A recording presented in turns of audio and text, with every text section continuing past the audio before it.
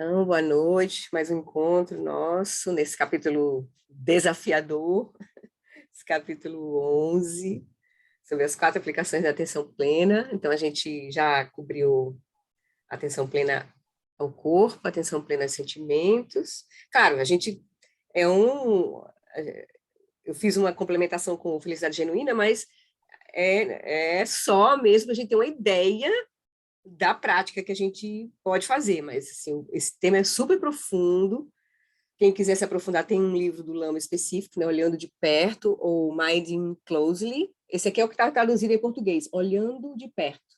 Essa tradução foi feita pela Séries, é uma edição limitada, não seja a editora Paz e Mente, mas tem o inglês, que é o Minding Closely. Mas é um tema super profundo, assim, né? Claro que o Lama, ele não foca muito nessas práticas, é super importante essas práticas, mas ele não dá uma carga maior nessas práticas, porque ele traz já a gente para o Dzogchen, para olhar já direto a vacuidade da experiência, a gente já conseguir acessar o espaço da mente, a consciência, e repousar ali, que é a base de tudo. Então, a gente já vai para uma prática mais, digamos assim, avançada em termos de prática formal. Mas, no dia a dia, a gente vai enfrentar todos os nossos padrões em corpo, todos os nossos padrões de sentimento, todos os nossos padrões mentais. Então, é importante que a gente vá se familiarizando com essas práticas, e se a gente tiver a oportunidade de fazer algum retiro com o Lama Alan, né, ouvindo esses ensinamentos diretamente. Então, a gente vai, né, tem o livro Felicidade Genuína, que também já traz já bastante informação sobre essas práticas, que eu estou trazendo aqui nos nossos encontros, assim, um pouco, um recorte, porque não dá para a gente, né, senão a gente ia perder, ia ficar muito presa aqui, assim, para a gente seguir terminar o nosso livro, essa visão geral, que é o livro Budismo Tibetano, né, do caminho. Mas tá, então vamos iniciar nosso encontro hoje com as nossas preces. Aí eu só quero dizer a vocês assim, que a gente hoje vai fazer uma prática, eu vou conduzir uma prática de atenção plenamente, e aí eu vou pedir para vocês realmente buscarem uma posição bem confortável, estarem bem relaxados, para a gente tentar fazer essa prática juntos e depois estudar um pouco o conteúdo dela. Assim. Bom, deixa eu aproveitar e já fazer compartilhamento das preces. Então, a gente primeiro traz a nossa atenção do nosso corpo para esse momento presente. A gente puder soltar todas as nossas preocupações agora, os afazeres, se permitir ficar um pouco, né, completamente presente para a nossa prece agora, para avaliar a nossa motivação, para a gente se conectar com a linhagem, com os ensinamentos, com as bênçãos da linhagem. É importante que a gente esteja completamente presente. Então, aproveitando a presença de Guru Rinpoche na nossa frente, nessa imagem, representando toda a linhagem, a gente se conecta com a nossa motivação realmente de estar aqui para transformar verdadeiramente, conhecer e transformar verdadeiramente a nossa experiência, a nossa vida. A gente se lembra de que a gente tem essa vida humana preciosa, mas que ela está sujeita à impermanência, como tudo mais, como todos os fenômenos. A gente aproveita cada momento, cada oportunidade para praticar. A gente também sabe que todas as nossas ações geram consequências, né, agora e no futuro. Então, a gente cuida do nosso comportamento, no corpo, energia, mente, para a gente manter as condições favoráveis para a nossa prática, para a gente purificar os nossos karmas, nossos condicionamentos desta vida, de vidas passadas, e para a gente, né, reescrever o nosso futuro de forma mais favorável para a nossa prática. E a gente sabe que os nossos condicionamentos nos levam ao sofrimento, principalmente porque o nosso condicionamento mais profundo está ligado ao não reconhecimento da nossa verdadeira natureza. E isso é uma limitação que ocorre na nossa própria mente, que reverbera em toda a nossa experiência. É nesse campo sutil da nossa mente que a gente pode acessar a nossa natureza ilimitada, mas também é nesse campo sutil que a gente pode se fechar numa experiência limitante e gerar sofrimento desnecessário na nossa vida. Então, tendo consciência dessa situação, a gente aspira, de fato, transformar a nossa mente, para transformar a nossa realidade. Para isso, a gente toma refúgio, então, nas três joias e cultivamos a bodhicitta, a mente que busca a eliminação para benefício de todos os seres. Namo, no Lama, que é a corporificação dos Sugatas, da natureza das três joias. Eu, juntamente com os seres dos seis reinos, tomamos refúgio até a nossa iluminação. Namo Lama Deshe Peku Kuncha Sungiran Zilam Nadam Dudu Chenchenam Chanchu Wadu Kapsuchi Namo Lama Deshe Peku Kuncha Sungi Ranzila Dadam Rudu Senchenam Chanchu Guardu Kapsuchi. Para benefício de todos os seres, eu faço surgir o espírito do despertar e cultivo a realização do Lama como Buda. Por meio de atividades iluminadas, treinarei cada ser de acordo com suas necessidades e faço o voto de liberar o mundo. Senkedrua kundontu lama sangedru nyeni gamla gamdu trileki droa droa damcha. Para benefício de todos os seres, eu faço surgir o espírito do despertar e cultivo a realização do Lama como Buda. Por meio de atividades iluminadas, treinarei cada ser de acordo com suas necessidades e faço o voto de liberar o mundo. Então a gente pede as bênçãos de Guru Rinpoche, com as peças das a prece das 7 linhas, para a gente receber as bênçãos que nos abre a nossa mente, a nossa experiência, o nosso coração, para realizar que nós temos a mesma mente do Guru Rinpoche, de todos os Budas. Again, again, Jansam, Pemage Sadam Polam, Yasin Chagin Drune, Pemajune, Jesudra Kudu Kandru Mampekor, Kiki Jesudadruki, Jingel Opti Sheksu So, Guru Pema Siji Om Again Yagi Nujan Sam Pema Gesa Dompolam Yasen Chagi Nyadrunim Pema June Jesudram Kudu Kandro Mampe Kor Kiki Jesudadrukim Jinge Lopje Sheksu So Guru Pema Siji Om Again Yugi Nujan Sam Pema Gesa Dompolam Yage Yasen Chogi Nyadrunyem Pema June Jesudram Kudu Kandro Mampe Kor Kiki Jesudadrukim Jinge Lapche Shiksu So Guru Pema Siji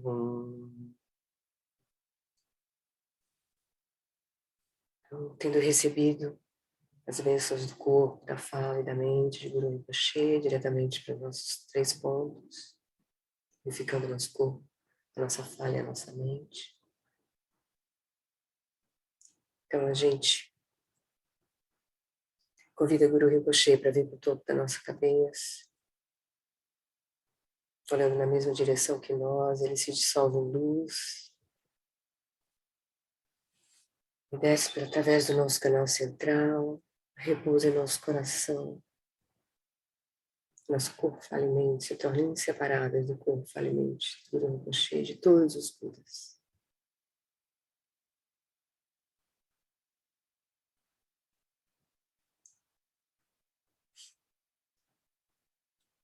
Com essas bênçãos, então, a gente inicia a nossa prática. Eu vou agora conduzir uma meditação orientada aqui pelo Lama, no livro Felicidade Genuína. Eu vou pedir que vocês encontrem uma posição realmente confortável, que vocês fiquem bem relaxados, tá? Que a gente vai fazer uma prática de atenção plena à mente, tá bem? Então, tentem realmente relaxar e tentar acompanhar a instrução no que for possível. E, se não for possível, só relaxem, tentem olhar, né, observar o que acontece internamente.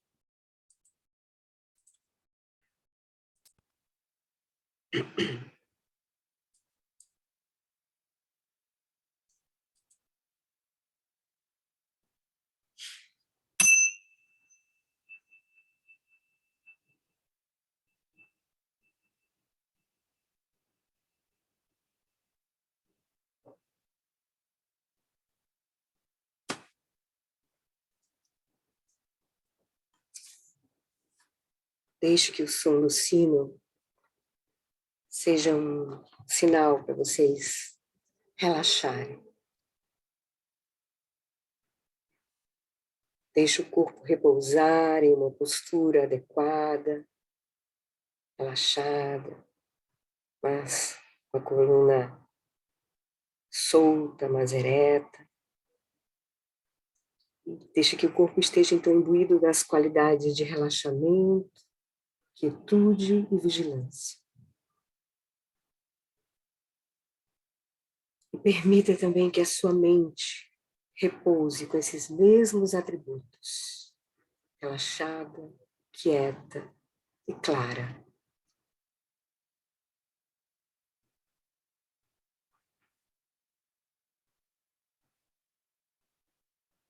Repouse em um modo não conceitual e não discursivo no decorrer de todas as inspirações e expirações.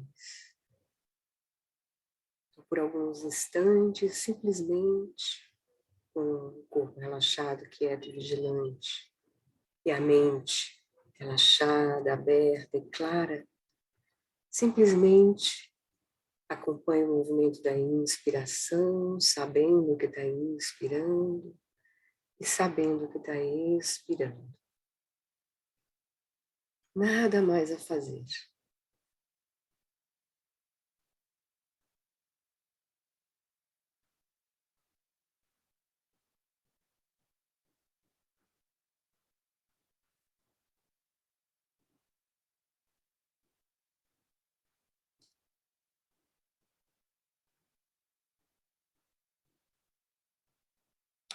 Tendo cultivado essa calma, a mente se tornando mais funcional, um pouquinho mais de estabilidade e vivacidade. Então, a gente vai passar para a prática de shamatha, com foco na mente. Mas com a intenção de que a gente vai acalmar, encontrar um espaço da mente para investigar esse espaço. Mas primeiro a gente precisa se aproximar do objeto da nossa investigação. Então, a gente vai fazer uma pequena prática de shamatha com foco na mente.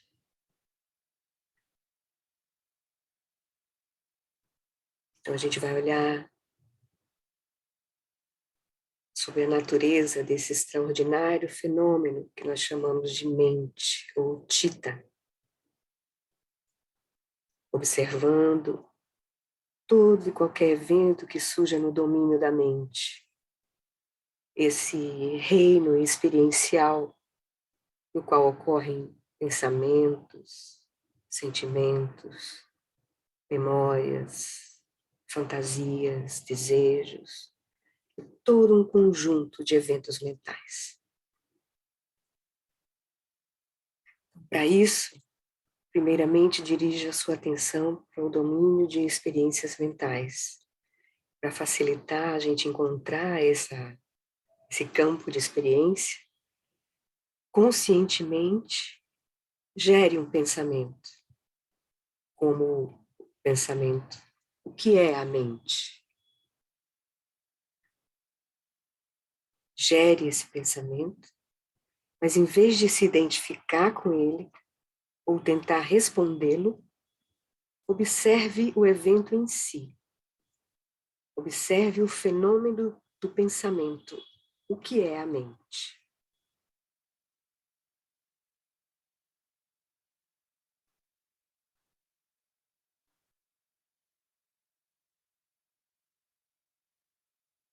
Agora gere outro pensamento, conscientemente, a sua escolha.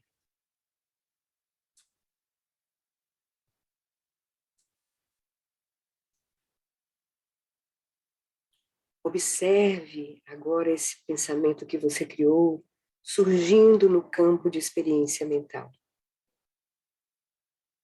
Assista-o surgindo, exibindo-se e desaparecendo.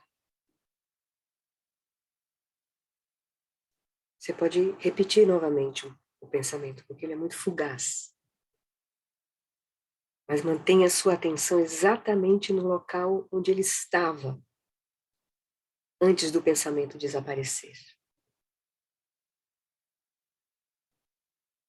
Ou seja, deixe a sua atenção aí, no domínio da mente, de experiências da mente. E observe. Qual é o próximo evento que ocorre nesse domínio de experiência?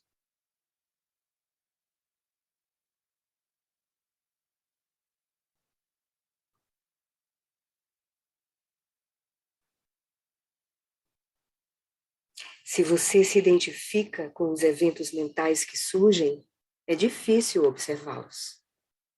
Você se funde com eles e assim passam a controlar você. Veja se é possível observar esses eventos sem intervenção e sem julgamento. Sem fixações e sem identificações, examine o que quer que surja nesse espaço da sua mente e observe que esse fenômeno, quando esse fenômeno desaparece. Ele surge, os fenômenos na mente surgem e desaparecem. Tente fazer isso sem se identificar e sem se fixar. Esse é um primeiro passo no caminho da liberdade. Observar os fenômenos mentais sem fixação, sem identificação.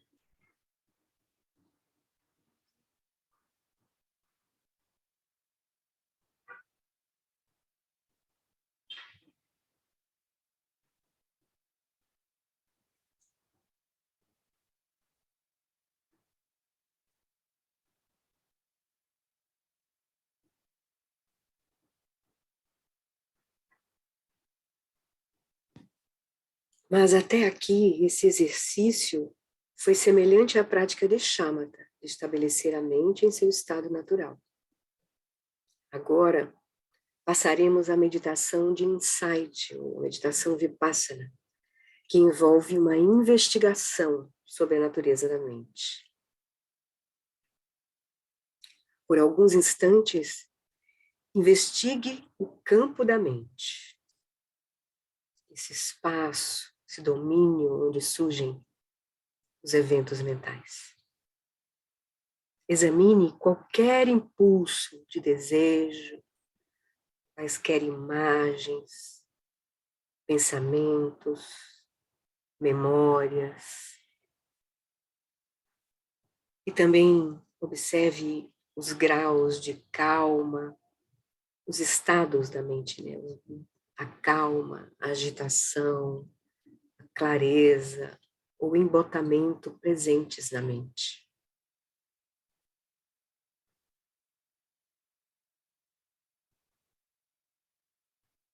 Observe de perto.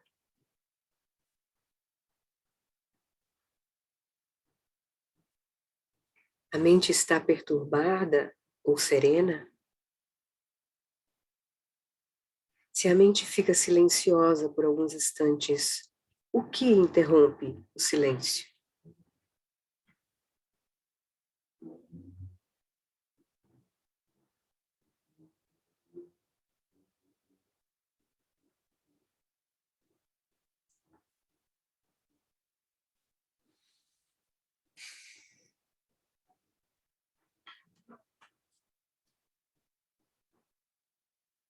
Quando estamos investigando os fenômenos mentais, aplicamos o modo de percepção chamado percepção mental, que é diferente da percepção visual, auditiva ou tátil. É uma percepção diretamente no campo da mente e tudo aquilo que surge no campo da mente.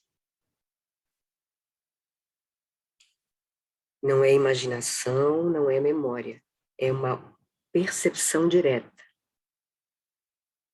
presente. Então, tendo esse modo de percepção como base, você está pronto para propor questões à mente, para investigar a mente. Para começar, observe se todos os eventos que emergem no domínio da mente são experimentados como sendo seus.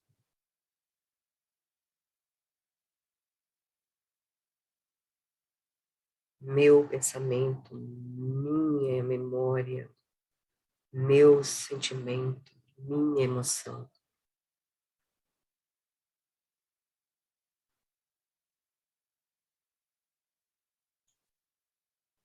Em relação a alguns de seus pensamentos, emoções e outros eventos que surgirem na mente, você é apenas uma testemunha?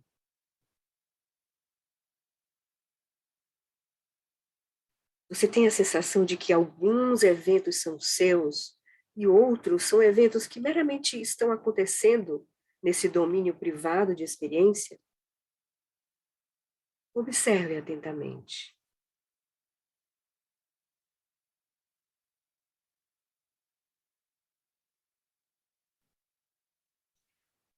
Se você experimenta alguns processos mentais como sendo seus, o que faz com que eles sejam seus? Eles são objetivamente seus? Há alguma coisa na própria natureza dos eventos que os tornam de sua propriedade e os colocam sob seu controle? Ou é mais uma questão de como você se engaja neles?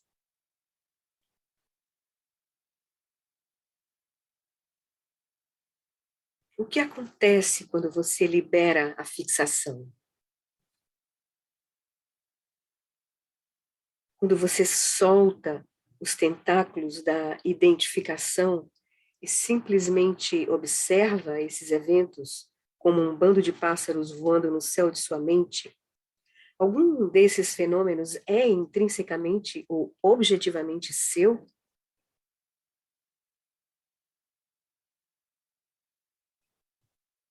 Quais aspectos dessas atividades mentais estão de fato sob o seu controle?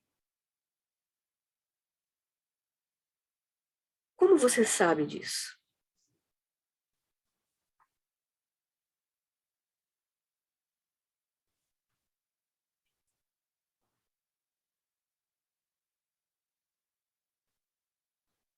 Veja se é possível abandonar voluntariamente o controle, o senso de posse desses eventos mentais. Imagine que a mente seja como a tela de uma televisão e que você esteja abandonando o controle remoto. Desista voluntariamente. Agora, Observe o mais precisamente possível como os eventos mentais, pensamentos, imagens mentais, memórias, passam a existir no domínio da sua mente. Como eles emergem nesse domínio da experiência mental?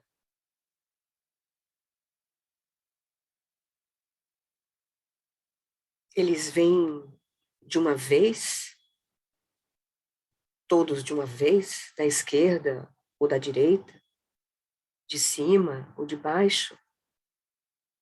Como eles surgem?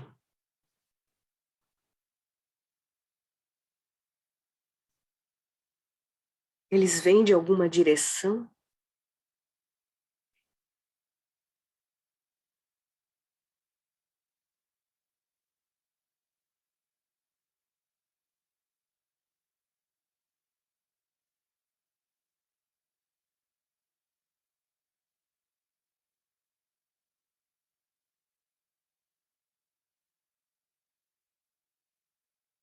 Se você achar que não há nada ali para olhar, observe mais atentamente.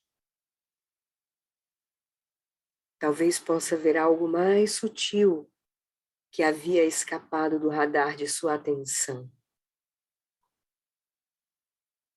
Os mestres dizem que tem muitos níveis de correntes de pensamento, mais grosseiros e mais sutis. Atividades da mente mais grosseiras e atividades mais sutis. Observe mais de perto, estimulando a vivacidade, a clareza da sua atenção.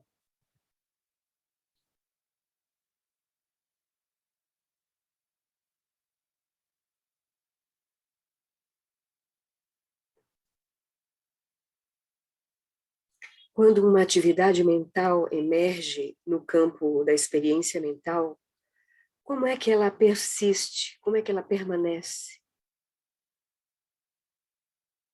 Quanto tempo dura? 5 ou 10 segundos? Ela é estática, parada ou é agitada? Está em movimento, está em fluxo. Qual é a sua natureza?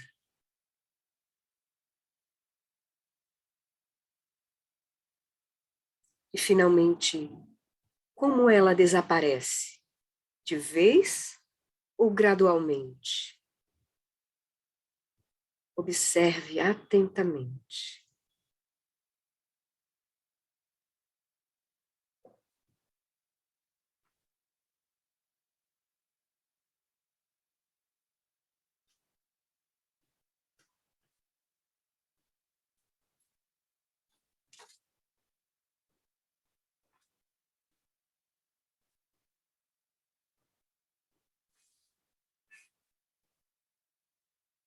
Então, para finalizar a nossa sessão, a gente solta qualquer processo de investigação, deixa que a nossa mente descanse, seu estado natural, relaxada, aberta e clara,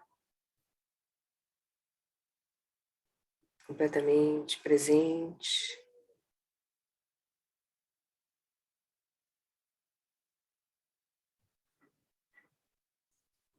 Se alguma tensão se estabeleceu em nosso corpo, nossa respiração, a gente aproveita cada inspiração para soltar e relaxar.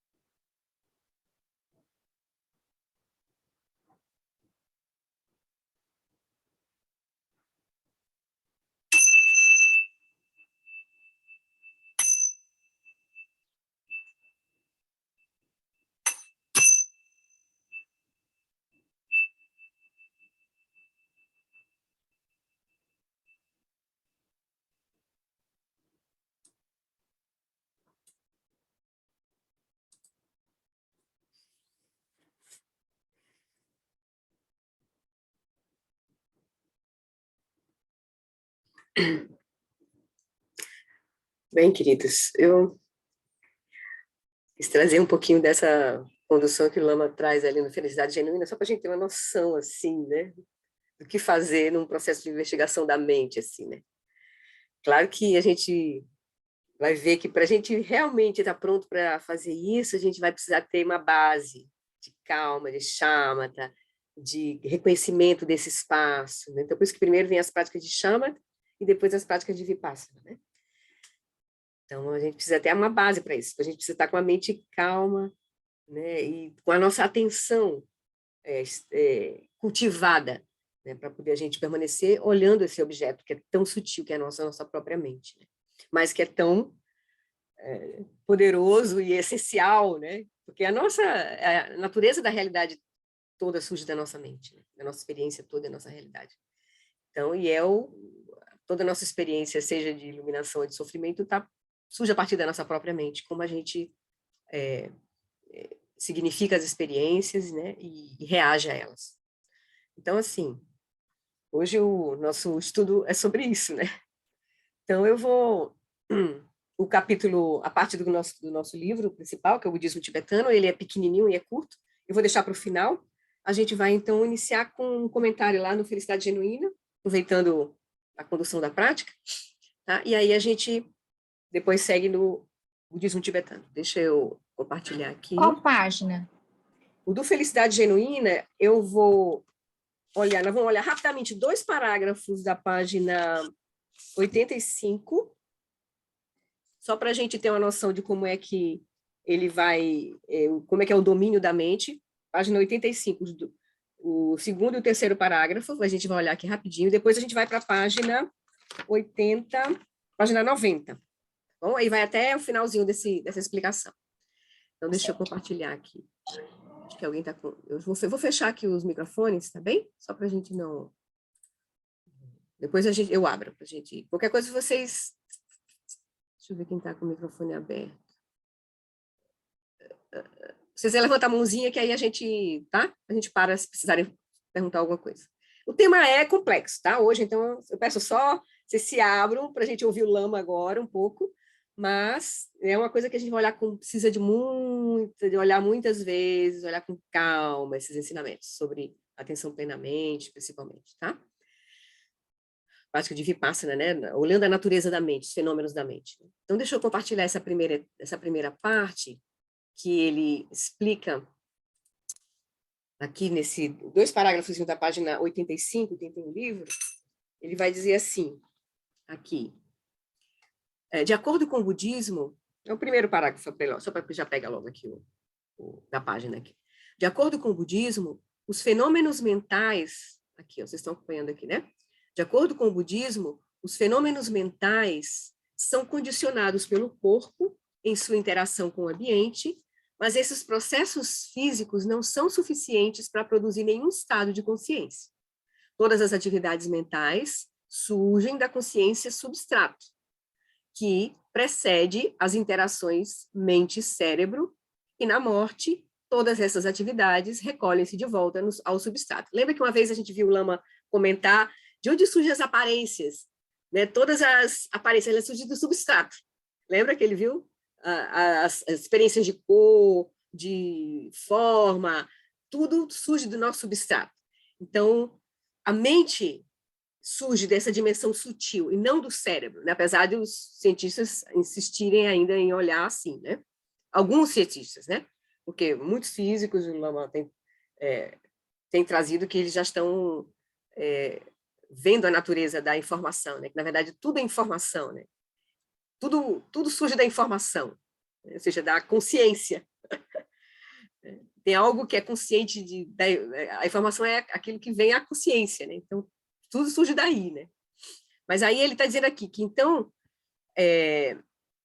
podemos demarcar 2 reinos de experiência sob a designação de Chitta, palavra em sânscrito, em geral traduzida como mente. Então, tem 2 reinos de experiência. A mente tem dois reinos de experiência.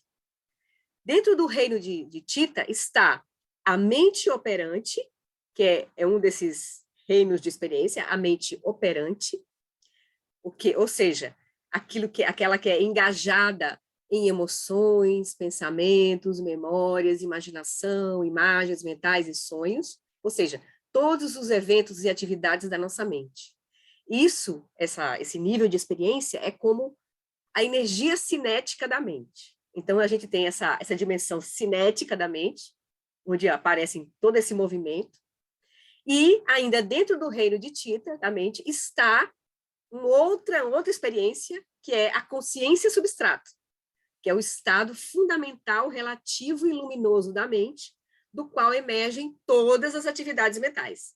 Então, o relativo silêncio que a gente pode experimentar na nossa mente, quando não está aparecendo nenhum movimento da mente, nós estamos entrando em contato com o estado fundamental e relativo e luminoso da nossa mente, que é o espaço da mente. O espaço da mente, na verdade, a base de onde surge todo o movimento de experiências mentais, é a consciência substrato.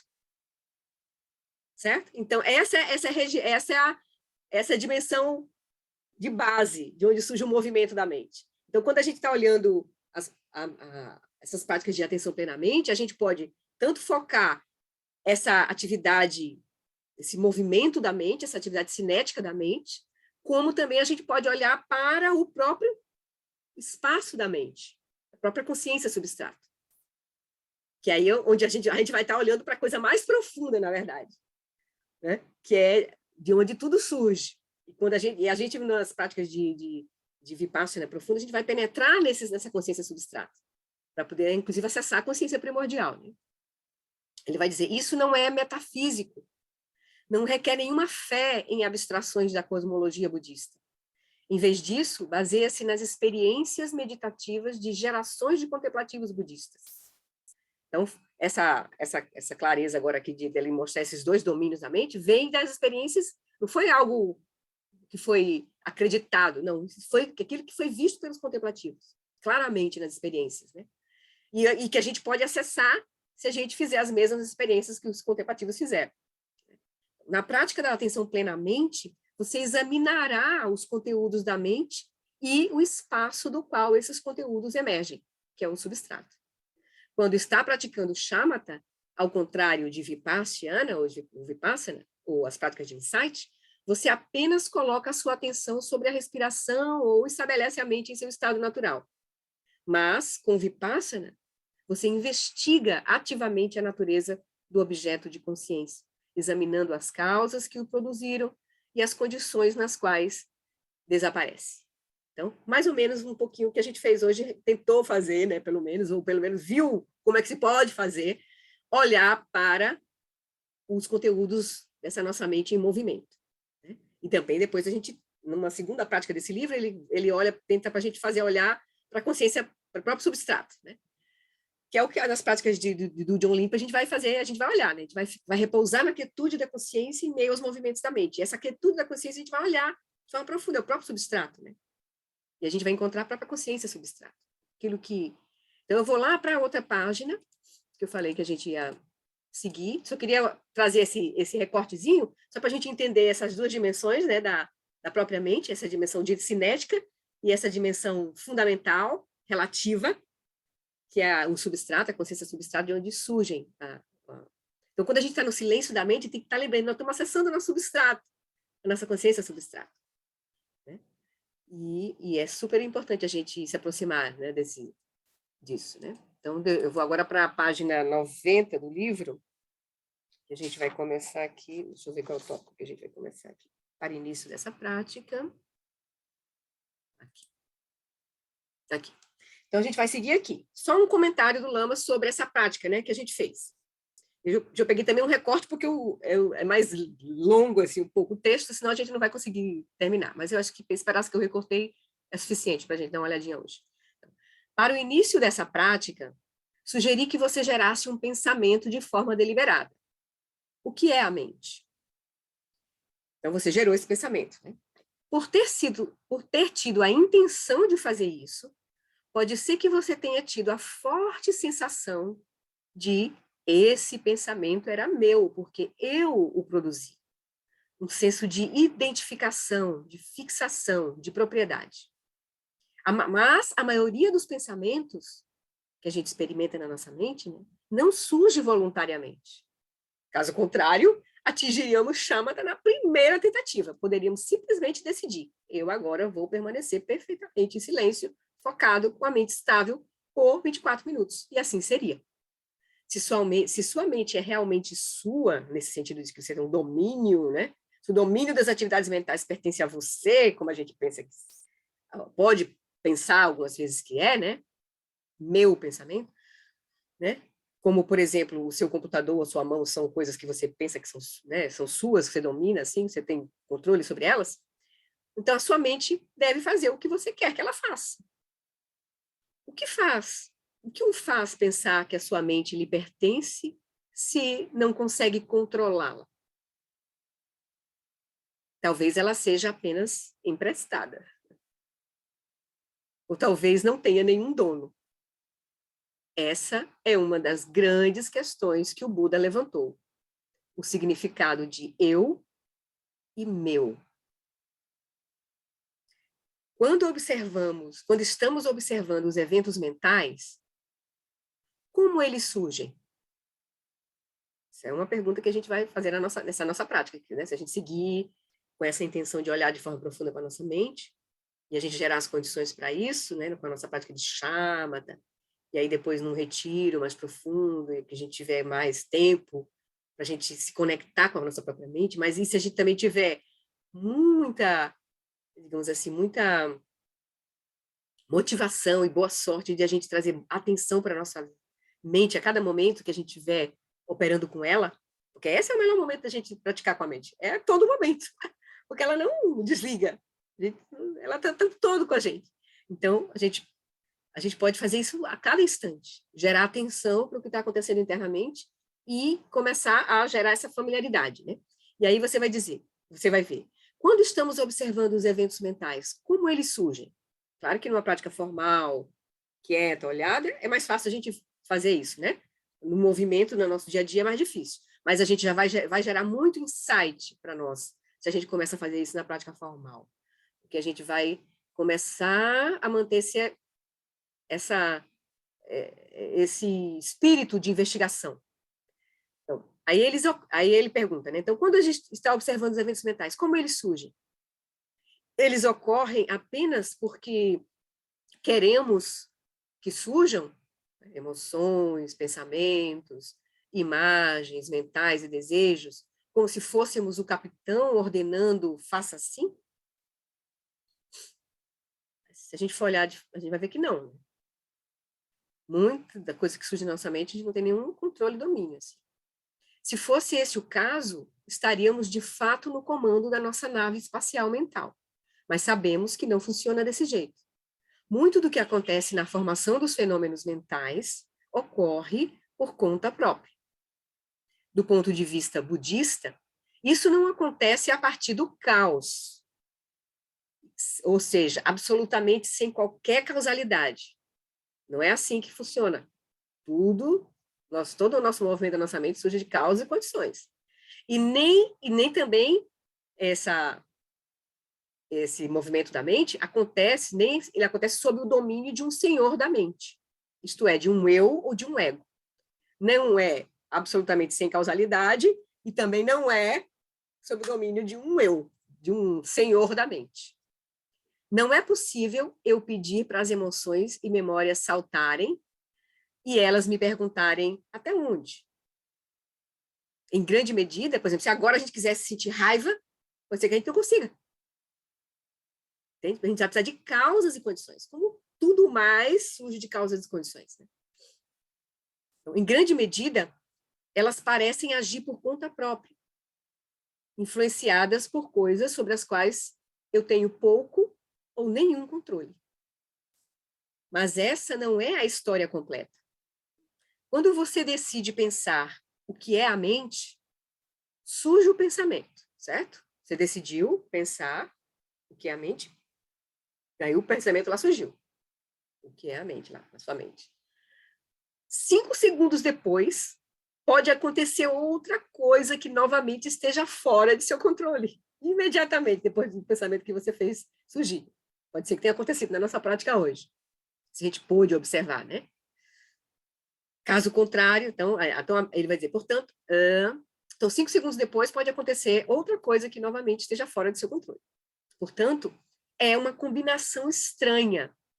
A mente não está completamente fora de controle, caso contrário, não conseguiríamos completar trabalho algum, não teríamos um emprego e nem funcionaríamos no mundo, se a gente pudesse direcionar os nossos pensamentos, mas ela tampouco está totalmente sob controle. Ela está sujeita a muitas causas e condições que não estão sob nosso controle, que movimentam, que geram as energias kármicas e fazem surgir os conteúdos internos todos.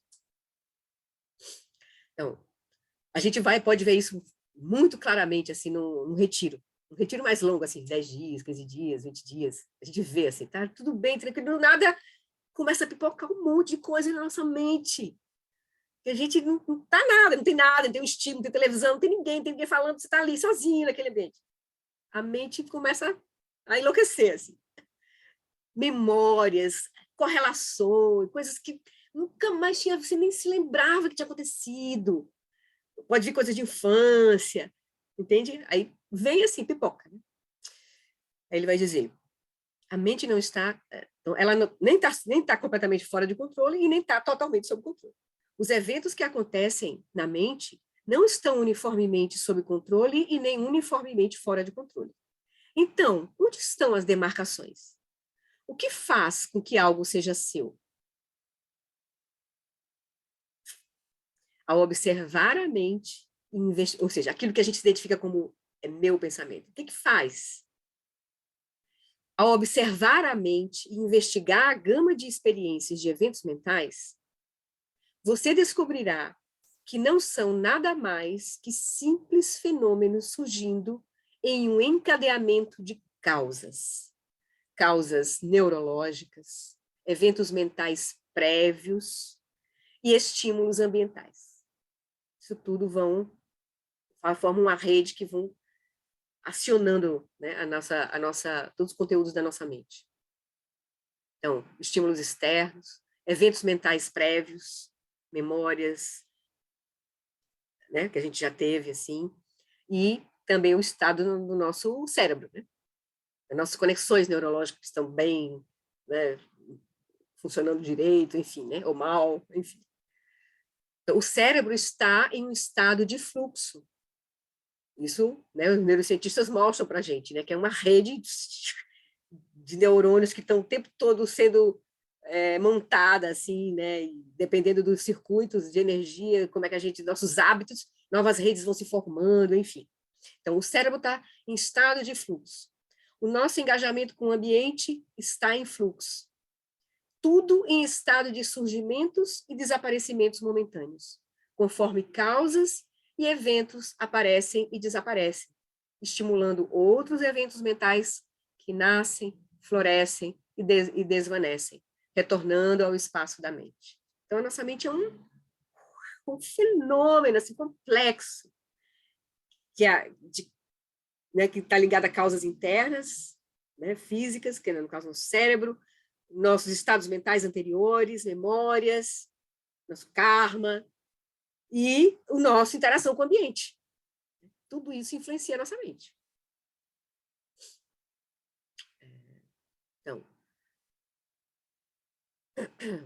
Então deixa eu ver aqui. Então, essa é a visão budista. Nada disso está intrinsecamente sob o controle de um ego autônomo, um eu, um mestre, um homúnculo ou um senhor da mente. Quando se inspeciona com cuidado, mesmo emoções, pensamentos e desejos que você realmente sente como se fossem seus e sobre os quais você sente ter algum controle, acabam se mostrando como não o sendo. São apenas erupções, né? Que a gente tenta se identificar por conta de uma fixação, de um apego, de uma história que a gente está querendo sustentar. Mas se a gente começa a olhar, gerar essa capacidade de observar os eventos primeiro, antes de, sem se identificar, né? Sem se fixar e sem se identificar, a gente vai começar a ver que a gente tem liberdade frente àquelas coisas que a gente pensava que nós estivéssemos completamente presos, padrões cognitivos, emocionais, por exemplo. Isso pode ser muito favorável, pode causar um pouco de perturbação, mas na verdade nós temos uma sensação de uma região de liberdade frente a nossos conteúdos internos. que hoje nos dominam. A gente não tem controle, né, sobre eles, assim. Somente quando a gente adoece, né? A gente se fecha, a gente se limita, a gente vê o mundo de uma maneira muito estreita. Isso tudo são limitações da nossa própria mente, né? Então, tudo baseado em visões de mundo, conceitos, ideias, valores, formas de ver a realidade. São pensamentos, né? E isso tudo cria a nossa grade do nosso mundo, assim, né? As delimitações do nosso mundo. Então, esse olhar começa a gerar uma possibilidade de você alargar essas fronteiras, né? E iluminar essas fronteiras. A gente não vai desaparecer, e as coisas não vão deixar de fazer sentido. A gente só vai ver como é que estão surgindo os sentidos. Né? Isso aí é muito importante. Né? Então, ele vai dizer, então, quando se verifica atentamente, vê-se que a aparência de haver uma posse intrínseca é enganosa. Essa sensação de que as emoções e pensamentos são seus, e até mesmo a sensação de eu realmente estou no controle deste corpo, é falsa. Se a gente olhar de forma profunda, a gente vai ver isso. A possibilidade de alguém controlar sua própria mente quando de fato não existe um eu autônomo é um paradoxo intrigante no budismo e um de seus temas centrais. Então, assim, né, no budismo aí você vai ver que a gente não tem domínio sobre a mente, mas ao mesmo tempo você vai buscar essa transformação da mente. Né? Mas a gente vai buscar não com um controle, mas com uma iluminação, uma compreensão desse processo. A maestria da nossa mente vai vir pela compreensão do processo. Não é uma espécie de colocar a mente, formatar a mente, num certo sentido, né? É de compreender como ela opera. Então, nisso vem esse senso de controle, né? De se tornar um mestre da sua mente. Ele vai dizer aqui, há um provérbio budista que diz, para aquele que dominou a sua mente, existe felicidade. Para aquele que não a dominou, não existe a felicidade. E o Dalai Lama frequentemente comenta, você é o seu próprio mestre. Seja o mestre de sua própria mente. Então, é meio que um paradoxo. Ele está querendo dizer assim, né? A gente vai ver que não tem um eu que controle, mas, ao mesmo tempo, os ensinamentos estão dizendo, seja o mestre de sua própria mente. Mas é no sentido de você compreenda esse instrumento que está operando. Compreenda a sua própria mente. E a maestria vai vir da compreensão clara, da iluminação desse processo. E o Dalai Lama frequentemente comenta, já disse isso. Então, você tem uma mente que é maleável e pode usá-la para o seu próprio benefício e de outros. Então, essa mente, da mesma forma que os neurônios tem a plasticidade neuronal, a mente tem essa plasticidade também, essa possibilidade de trabalhar com ela, né? Se tornar flexível, maleável. Que a gente pode achar que a gente não tem jeito, assim, não tem como transformar a mente. Se é determinadas, nós e os outros, a gente não tem jeito. Assim. É como se estivesse preso dentro de uma prisão. A nossa mente não é uma prisão. A gente está momentaneamente perdidos porque a gente não compreende o processo de como ela está operando. Então, você tem uma mente que é maleável e pode usá-la para o seu próprio benefício, mas uma mente que está fora de controle, obsessiva, distorcida, embotada ou desequilibrada, dá origem ao sofrimento. Então, é esse equilíbrio que a gente vai, né? A gente vai seguir mais um pouquinho aqui. Então, nessa aplicação cuidadosa da atenção plena às atividades mentais, estamos trazendo inteligência à nossa observação. Lembre-se de que quando praticamos a shamatha, né, ou quiescência meditativa, apenas observamos calmamente tudo o que surgia e desaparecia na mente, né, sem intervenção, julgamento ou reação, sem identificação. Então, tudo era doce e simples na prática de shamatha, que a gente só ficava lá naquele tudo de consciência, sem se envolver, né, um pouco. Isso é maravilhoso, por isso que a gente pode se apegar com essa prática. Você se livrar da mente temporariamente ali, que delícia, né?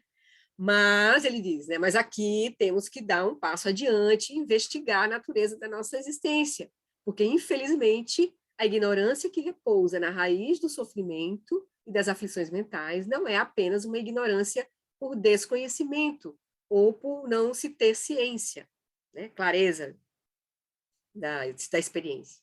Se fosse esse o caso, o antídoto seria o conhecimento. E tendo-se conhecimento, tudo estaria resolvido. A ignorância que influencia a forma como nos comportamos e nos engajamos com o mundo, ela é ativa. Então, lembra aqueles dois tipos de avidya, né? A avidya no sentido de a avidya no sentido passivo, que a gente não conhecer, não saber, não está claro, não vê os processos da mente, e no sentido ativo, que é a delusão, que é você, por não conhecer como é, você atribui, você cria uma realidade enganosa sobre aquilo que você não está vendo. Então, você atribui. Então, essa ignorância que influencia, que cria, mas porque a gente não está vendo, a gente vai aí está sobrepondo a nossa experiência uma realidade enganosa. Então, essa que vai causar toda a nossa confusão. Então, nós ativamente damos um sentido falso e distorcemos a nossa experiência do mundo, tanto interna quanto externamente. E isso é claramente verdadeiro quanto ao nosso engajamento com outras pessoas. Muitas vezes percebemos que as nossas avaliações não correspondem à realidade e agimos com base no que acreditamos ser verdadeiro, o que leva a conflitos e sofrimento desnecessários. Muitas vezes a gente causou, né, confusão porque a gente fez um julgamento enganoso, né? Contudo, o antídoto não é apenas a simples atenção. O antídoto é a atenção plena discriminativa. Não basta a gente estar presente, a gente está presente, mas vendo claramente a natureza, porque as práticas de Shamatha nos ajudam a olhar para a experiência, porque até então a gente nem consegue olhar para a experiência, a gente está colado na experiência.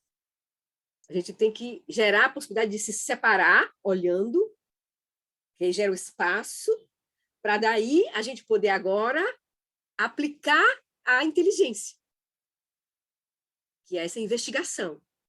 Então, porque na nossa mente tem essa clareza, que na hora que a gente começa a se conectar com as qualidades da nossa mente clara, aí a gente vai poder aplicar para toda a nossa experiência, e principalmente para a nossa experiência interna, experiência da nossa mente, né? A gente vai aplicar toda a as nossas experiências, né? O nosso corpo, a nossa interação, os nossos sentimentos, mas principalmente a nossa mente. É ela que constrói a rede de significados. Então, ele vai dizer, então, o antídoto é a atenção plena, discriminativa e inteligente. É reconhecer o ponto em que estamos nos desviando da realidade, sobrepondo algo falso sobre ela. Um tema comum ao longo das 4 aplicações da atenção plena é observar as projeções conceituais que estão sobre o que de fato está sendo apresentado a nós pela percepção. Lembra, a gente já viu aquelas práticas que o Lama nos convida a olhar de forma nua e ver a atribuição de conceitos sobre aquilo que está sendo observado. O que o olho vê, mas o que é que está sendo sobreposto de conceitos sobre aquilo que o olho está vendo, sobre os sons, e aqui sobre a nossa própria mente. O que a gente está experimentando e aquilo que a própria nossa mente está conceitualmente atribuindo. A gente cria uma rede de histórias dentro da nossa própria mente. Da mesma forma que a gente cria uma rede de objetos externamente, assim, né? De experiências, de histórias, enfim, né? Então, ele vai dizer, um tema comum é esse, observar as projeções conceituais que estão sobre o que de fato está sendo apresentado a nós. Por exemplo, estabelecer sobre um pensamento um senso de meu pensamento, isso é uma projeção conceitual sobre aquele evento mental que está acontecendo. Então, o senso de meu, o eu, ou um senso de meu, é uma projeção conceitual sobre o fenômeno que está acontecendo. Não tem nada no fenômeno que diga que é meu ou eu, mas a gente sobrepõe imediatamente esse conceito de eu e meu sobre nossas algumas atividades mentais, algumas, né? Nós sobrepomos muitas premissas, desejos, expectativas, não apenas sobre outras pessoas, sobre o que elas pensam ou sentem, ou sobre o que estão imaginando ou planejando, mas também sendo muito vulneráveis a falsas sobreposições acerca de nós somos, né, muito vulneráveis a falsas sobreposições acerca de nós mesmos. Por exemplo, que tipo de pessoa você pensa que é? Por exemplo, ele vai trazer uma aplicação prática para isso, assim, a gente avaliar. Que tipo de pessoa você pensa que é? Primeiro, quantas vezes a gente já se autodescreveu de formas diferentes na nossa vida, né? Você se vê como uma pessoa gentil agora, né? Mas quantas no passado você já pode ter visto, né? Ter pensado ter construído várias ideias sobre você mesmo. Então você se vê agora uma pessoa gentil, rude, paciente, impaciente, esperta, estúpida, calma, agitada, hiperativa, relaxada, que trabalha duro ou que é letárgica, que é amigável ou que é indiferente? Onde você se encaixa?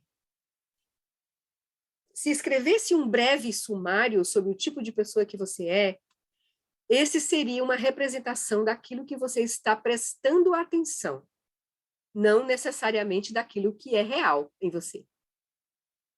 Então, aquilo que você está experimentando, prestando atenção e colando a etiquetazinha, eu sou isso, eu sou isso, eu sou isso, eu sou isso. Para algumas coisas. Outras coisas a gente não presta atenção, não vê. Os outros veem, mas a gente não, né? Os outros podem apontar para a gente, você é isso, você é isso, você é isso, que você nem percebe, que você nem está olhando, não consegue perceber, né? Por exemplo. Né? Aí vai dizer, então você está prestando atenção, aí está se descrevendo nesse momento, né, com algumas qualidades negativas ou positivas, enfim, mas que não são necessariamente reais, é apenas aquilo que você está prestando atenção e está atribuindo, né, esse senso de identidade. Mas ainda é mais do que isso. A ignorância que repousa na raiz do sofrimento vai além de não prestar atenção. A ignorância é também sobrepor as nossas construções conceituais e, então, confundi-las com a realidade. Ao final, agimos sobre essa base e é aí que as coisas começam a dar realmente errado. Então, a gente começa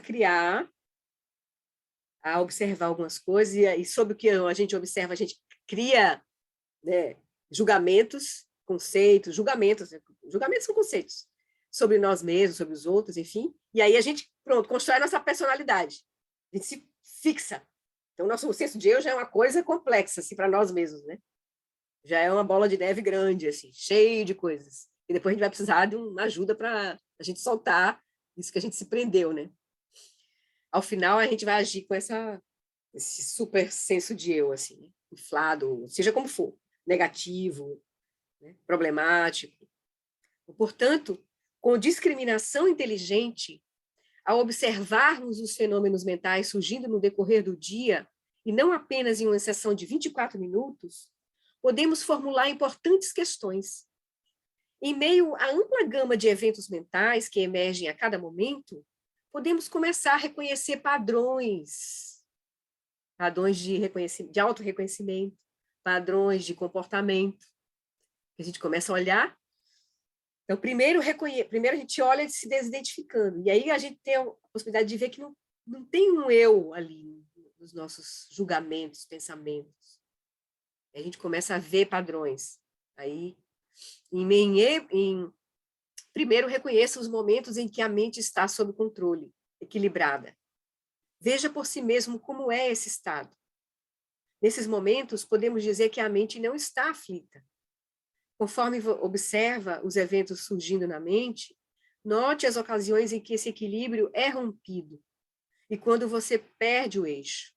Então, é legal a gente começar a manter essa atitude investigativa no nosso dia a dia, porque aí a gente vai ter oportunidades reais, assim, porque às vezes numa estação de meditação pode não vir nada. E aí, se a gente instala esse modo de atenção, né, para o nosso corpo, para os nossos sentimentos, para a nossa mente, a gente vai ter oportunidades maravilhosas no nosso dia a dia de nos enxergar esses padrões, né, que a gente está preso. Aí a gente vai também poder enxergar os momentos de calma, como ele diz aqui, né? Olhar essas situações em que a mente tem que estar equilibrada. É importante a gente se familiarizar e ver claramente como é essa condição, porque a gente se esquece quando a gente está aperreado, a gente se esquece que a gente ficou aperreado. A gente estava bem e ficou aperreado. Então, a gente não vê o processo de transformação da nossa mente. É legal que a gente comece a se familiarizar com esse estado de calma, veja exatamente como é, e aí, quando a mente começar a se desequilibrar, seja por uma emoção, uma mensagem, uma notícia, hoje nós temos oportunidades variadas da gente se perturbar, né? Assim, porque cada dia, né? E daqui para outubro nós vamos ter muitas oportunidades. Então, assim, então a gente pode olhar como é que isso surge, como é que a gente se conecta, como é que a gente se fecha, como é que a sua mente se trava, como é que as emoções começam a surgir, né? Então, como é que a gente perde o eixo nisso, né? Em um momento você tem acesso à inteligência, à imaginação, à criatividade e à memória com clareza, mas de repente o equilíbrio se perde e há uma ruptura. Como é que isso ocorre, né? Em seu livro Emotions Revealed, Paul Ekman chama esses episódios de desequilíbrio interno, ele chama de período refratário, durante o qual o nosso raciocínio não é capaz de incorporar informações que não combinam, não mantêm ou não justificam a emoção que estamos sentindo, o que distorce a forma como vemos o mundo e a nós mesmos. Isso quando a gente está sobre o domínio de uma emoção, né? A gente passa por um período refratário, que a gente perde essa capacidade de raciocínio, assim, sobre esse domínio desse desequilíbrio mental, assim. Então, é um momento que a gente fica quieto, assim, deveria ficar quieto, assim. Esses momentos que rompem o nosso equilíbrio são toxinas da mente, porque nos afligem, perturbando o corpo e a mente. Quando contaminam a nossa fala, as nossas palavras se tornam um instrumento de dor, pois são usadas de forma abusiva, cruel, enganosa, desonesta ou manipuladora. Quando as aflições mentais ou kleshas poluem o nosso comportamento físico, podemos fazer coisas com o corpo que são destrutivas ou perigosas a nós mesmos e aos outros. Mas devemos estar sempre conscientes de que esse dano se origina na mente. Então, quão seria diferente se as pessoas tivessem um mínimo de educação emocional, vamos chamar assim, né? Porque a gente está muito dissociado, né? A gente vive uma experiência muito dissociada do nosso corpo, dos nossos sentimentos e da nossa mente. A gente, sob o domínio de impulsos, desejos, né? Deixa eu ver o Paulo ali. Sob o domínio de impulsos, deixa eu abrir aqui o microfone, Paulo, um minutinho. Sob o domínio de impulsos, desejos, a gente é capaz de fazer loucuras, né? Como, por exemplo, aquele médico. Uma coisa assim absurda, minha gente, uma absurda. Mas uma pessoa de bem, assim, normal, instruída, né? Um ramo de atividade que, em tese, está lidando com muitas dimensões, devia ter uma experiência, né? Incrível como nós estamos, né? Completamente dissociados, assim. Corpo, sentimentos, mente. É muito estrago, assim. Muito estrago que a gente pode fazer. Que a gente está Muito fazendo. curioso que você tenha mencionado esse médico, porque eu levantei a mão justo para comentar esse trecho, baseado nessa questão desse médico. Pois é. Porque estivemos numa consulta num ortopedista, e ele comentando que os jovens hoje, jovens médicos, por exemplo, né, para ficarem bonitões, fortões, estão tomando muita bomba. Aí ficam com a testosterona, ou seja, a química ingerida no corpo está afetando aquilo que já é complexo, né? A nossa mente já é um bololô, né? Os E aí, desejos, os impulsos sexuais já são uma força, né, muito exato. grande, Aí assim, né? com todas esses Químicas. estimulantes e etc que se toma por aí, E a ausência de ética, né? aí a pessoa fica fora de controle. Não, e a ausência de ética, assim, a gente vê que nos currículos, na Sim. universidade, não tem a gente Não, isso perdeu esse cuidado, assim, né? Tá tudo muito mercantilizado, tudo muito frio, né? Essas pessoas estão muito frias, né? A gente aprende a técnica, mas não aprende a ética, não Pois aprende é, como lidar com as emoções. pois é, Aí pois vai é, para uma entrevista de emprego, está tremendo que nem uma vara verde. pois é. Então, realmente temos, além de todos esses fenômenos tão complexos que nos compõem a mente, temos todas essas interferências químicas e pressões sociais, né? Porque É. a impressão que dá é assim, que os marqueteiros sabem como muito bem nos conduzir para lá e para cá, né? É, E só que para interesses de ganho, de lucro, de poder, né? pois é. A gente está perdendo Mesmo, sim, disso. mesmo que aconteceu com aquele aqui no Paraná, lá no Paraná, com aqueles policiais, um matando porque é Bolsonaro, o outro matando porque que é Lula, isso é completamente incompreensível. Os dois com filhos, ou com a mãe Pois com é, o bebê. para você ver como os conteúdos internos da nossa mente nos conduzem a coisas assim inimagináveis, né? Inimagináveis. Estapafúrdios. E juntando com os karmas, com aí tem todo o processo, né, cultural. Nós estamos dentro de uma sociedade que está, né, sobrepujando violência, né, o materialismo. Então, realmente, a gente precisa estar muito atento, assim, né? Se cuidar de si, cuidar do que quem puder influenciar onde tiver, nas escolas, universidades, trabalho, filhos, assim, cuidar um pouco dos filhos, assim, quem tiver filho pequeno, porque a gente está num período assim muito difícil, assim, muito difícil, muito difícil, e com acesso à informação muito desordenado, assim, né?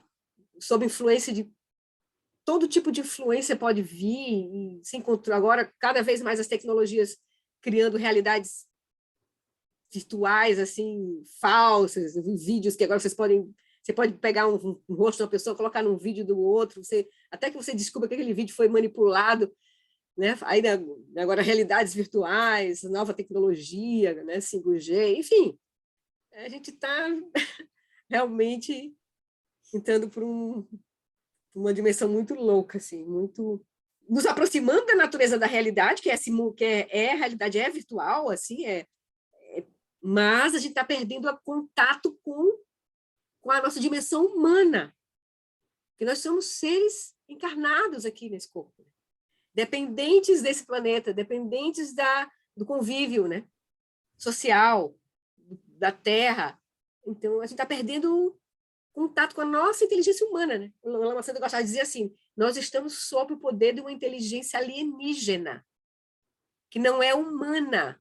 Por exemplo, o processo econômico é uma inteligência alienígena, um processo econômico né, que opera com essas bases de exploração, de consumo, de ganho, né, para poucas pessoas, em detrimento dos outros. Isso é um processo que destrói a vida.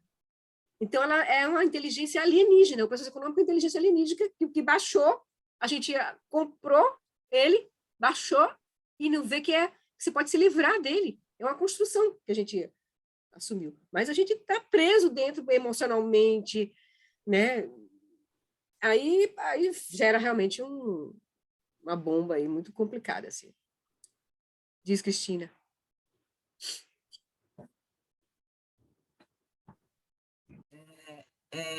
Vocês estão falando exatamente o que eu falei hoje, que eu, como educadora, né, fico muito triste, assim, de ver que as escolas, por influência desse mecanismo todo que você falou, Flori, não investe na formação do humano e só prioriza o conhecimento, conhecimento e o conhecimento e o conhecimento para a competitividade do mundo. Uhum. Eu falei isso hoje. né? Eu acho que a gente tinha que ter obrigatoriedade no currículo, né? De uma aula onde você trabalha a formação do humano, porque não existe nada sem o humano, né? E a formação vem desde pequeno, não é lá adulto que você vai formar, né? E a outra coisa é que antes o carrasco estava fora, né? Alguém com um chicote te dando. Hoje o carrasco está dentro de você mesmo, que você se obriga a fazer coisas que a gente nem sabe de onde vem. Por isso, né? A gente tem que estar atento, né? Nesses Ao que está pensamentos. consumindo, ao que está consumindo, ao que está Tudo, tem olhando. que estar atento ao que está lendo, tudo. Verdade, verdade. E lembrar que as dimensões a nossa humanidade, na verdade, a inteligência da vida, né? Não temos que nos conectar com a inteligência nem do ser humano, é da vida, porque nós somos parte da vida, né? Nós não somos um termo especial, nós somos parte da vida. Então, a gente se conectar com a dimensão da vida, o que protege a vida, sustenta a vida, porque nós somos parte da vida. É isso. Deixa eu só voltar para a gente ver se a gente conclui esse tema aqui. Eu queria pelo menos terminar. Oi, Roberto, muito bem. Roberto, então, já que levantou a mãozinha, fala, antes da gente voltar lá para o texto. Eu acho que uma coisa que a gente pode verificar realmente que a gente tem pelo menos duas mentes, né? A mente da percepção / sensação e a mente conceitual. Um exemplo que eu acho bom para isso é quando a gente tem uma dor física. Quando a gente tem uma dor física, a mente conceitual pode chegar e pensar, puxa, isso é sintoma de alguma coisa? Será que é grave? Isso é a mente conceitual agindo. Mas a percepção da dor, ela não é conceitual, entendeu? A percepção da dor, ela não se resolve só para você falar, não, a dor é vacuidade e tal, mas ela continua, entendeu? Isso não sou eu, não é a minha dor. E a dor está lá. Então, realmente eu consigo ver essas duas facetas e tal da operação da mental.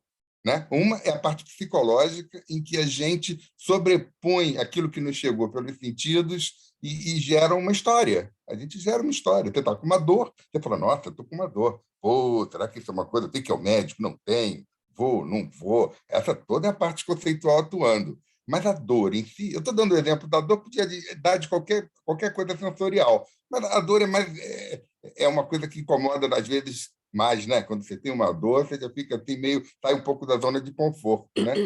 Então, eu acho que é interessante ver, porque a parte ativa, ela não está nessa. É só a vida como passiva.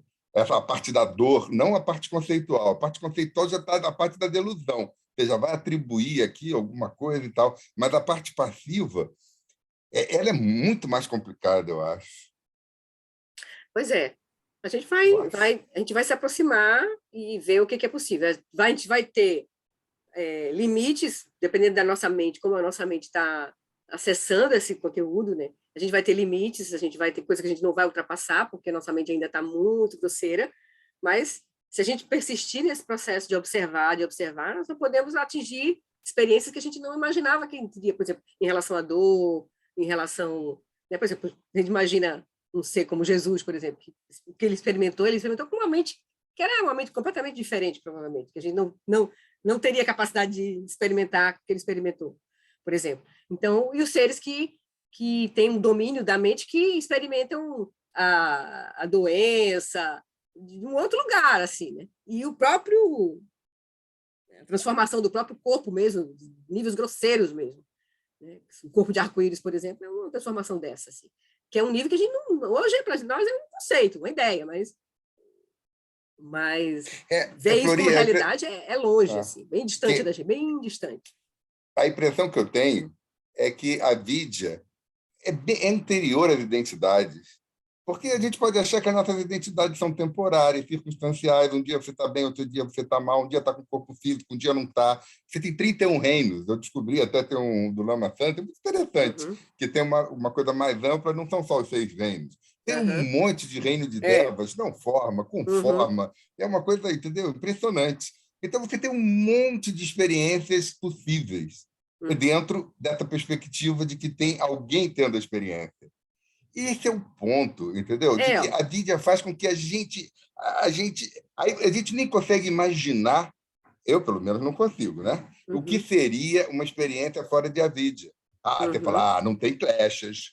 Negativamente a gente consegue perceber um pouco. Bodhicitta sai de forma natural, você vê coisas horrorosas e você não tem raiva. Você vê, crianças brincando no Sansara, nossa, como se os outros fossem filhos. Imagina se você fosse pai do médico que citaram aqui.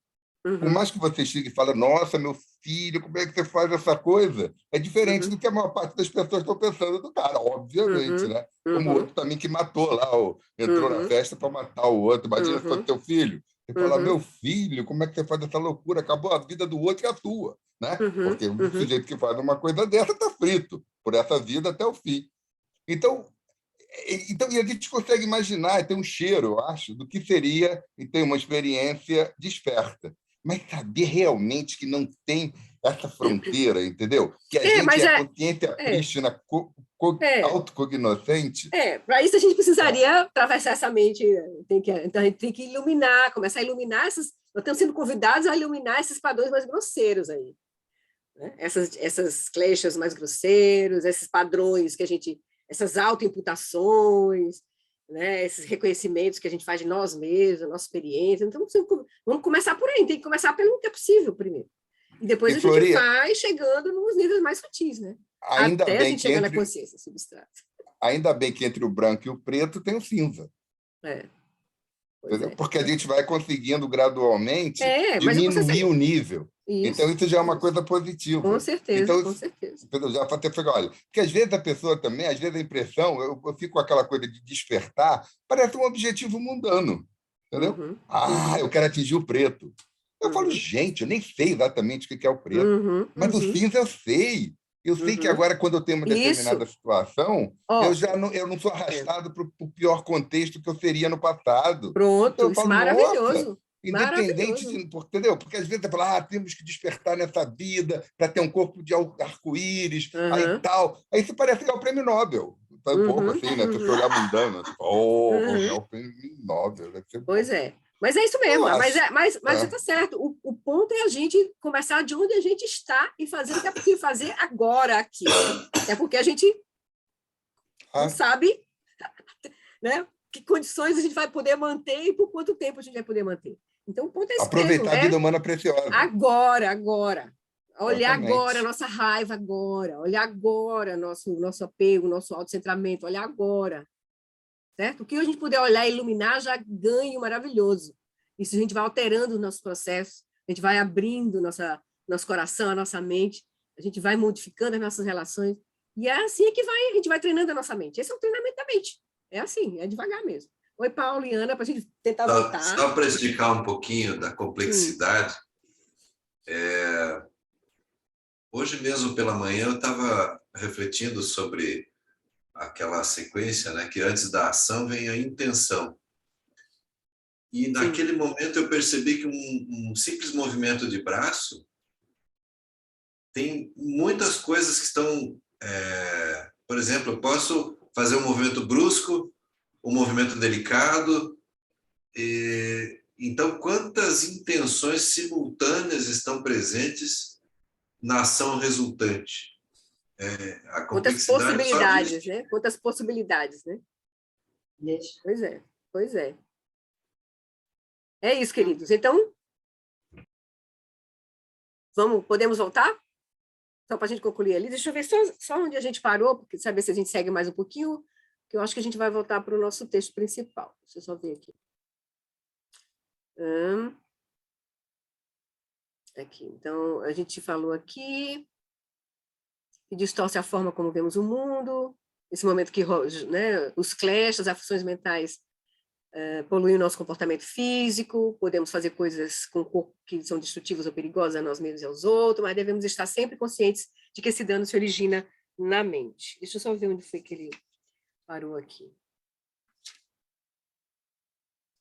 Pronto. Então, acho que essa aqui é a última aqui. Você é capaz de reconhecer tendências mentais aflitivas e de observar por si mesmo que elas são prejudiciais à sua saúde? Coisas práticas, assim como o Roberto estava falando. Isso é muito importante para a gente. Essas práticas, assim, muito, muito úteis para a nossa vida agora.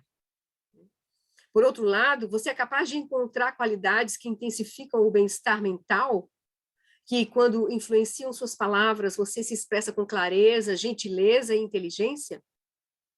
Podemos tornar as pessoas bastante felizes com a nossa voz e também com as ações físicas. Reconheçam o que é saudável e o que não é saudável. Fundamentalmente, não há nada de moralista nisso. Trata-se apenas de uma questão pragmática, como o Roberto colocou aí. Prática para a nossa vida, para a gente aplicar na nossa vida aqui e agora. Então, deixa eu só trocar aqui o nosso livro.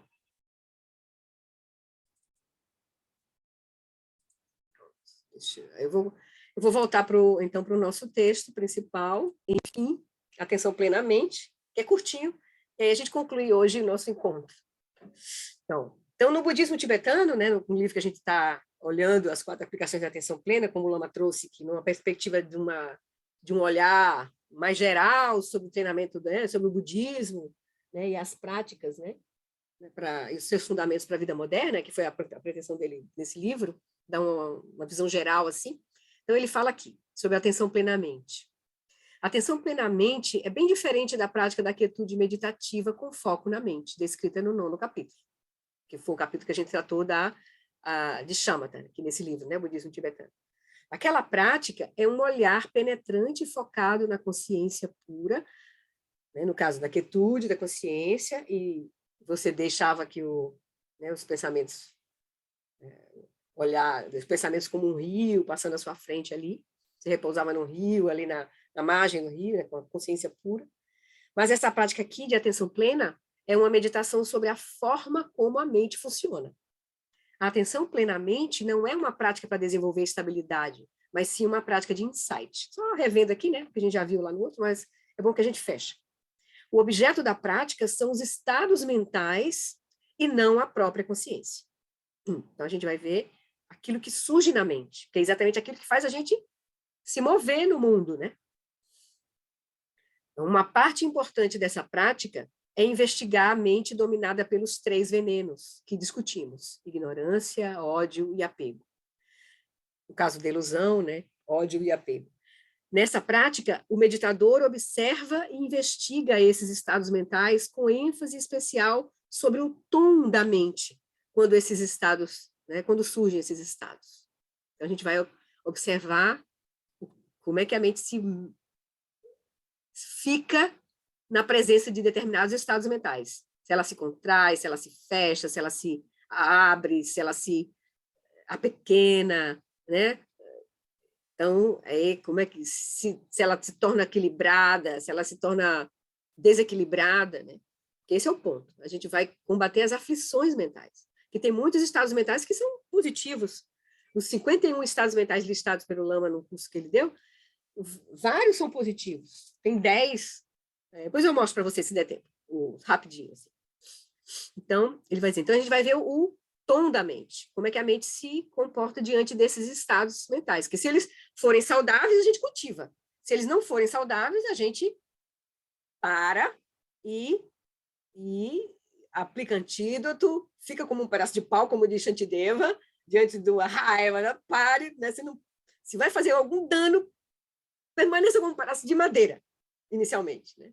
Então, use a disciplina primeiro, e depois você olhe e atravesse, né? Use um antídoto, ou então libere, né? Que seria o melhor, mais à frente. Então, na vida normal, tendemos a fazer exatamente o oposto. Quando a mente manifesta a raiva, por exemplo, nos identificamos imediatamente com ela. Eu derramo um copo de água na minha calça e, sem pensar, eu levo o foco para fora, para algum objeto, para o próprio copo, ou para a pessoa que esbarrou no meu cotovelo e me fez virar, e fico com raiva. Eu me identifico com a raiva. E se alguém me perguntar como eu direi, eu estou com raiva. Identifiquei-me com um evento mental que não sou eu.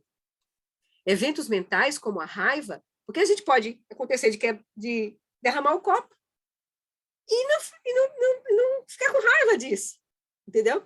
A gente pode começar a experienciar situações assim, que antes você... Uau, antes eu quebrei... Eu sou quebradora de copo aqui também, que meus braços são grandes assim, aí eu meio que me atrapalho, eu bato ali, e pá, quebro, já quebro um copo, quebro uma coisa. Eu já nem já aceito, já pego toda a sequência, espero. Antes eu pegava, quebrei o copo, né? Não, agora já tranquilo, assim. Quando eu vejo, eu estou cantando, pegando a vassoura, pego o paninho, boto o saquinho, já tem um saquinho já que eu guardo para botar o vidro quebrado, pronto. Então, assim, você já se relaciona com a experiência de uma outra maneira. Então, eventos mentais como a raiva surgem das nossas próprias tendências para a raiva, que são ativadas por eventos externos. Nesse nível, não temos escolha. Se tivermos essas propensões e as condições necessárias surgirem, sentiremos raiva. Podemos esquecer tudo o que ouvimos sobre a atenção plena e na próxima vez que a raiva surgir, nós simplesmente nos identificaremos com ela. Concentramos-nos no objeto da raiva, pensamos sobre ele e nós agimos em direção a ele. Tudo é previsível e mecânico. Se a gente, né, não cultiva essa atitude de olhar para a raiva, de reconhecer a raiva como raiva e olhar de forma profunda. Aí a gente não embarca e não se identifica, quando a gente começa a olhar, né? Mas quando a gente não está com essa perspectiva, a gente embarca imediatamente. Então, com a introdução da atenção plena, no entanto, surge a possibilidade de escolha. Nós não nos identificamos com o evento mental que surge. Nós o observamos com atenção. Quando a raiva surgir novamente, nos depararemos com uma escolha bastante significativa. Ao tomarmos ciência, o evento da raiva surgiu de novo, poderemos escolher entre nos identificar com o evento ou permanecer plenamente atentos. Queremos agir com base na raiva ou queremos simplesmente observá-la? É uma escolha que a gente vai poder ter se a gente tiver essa familiaridade com essa prática, de olhar. Se estivermos plenamente atentos, surge uma possibilidade de escolha.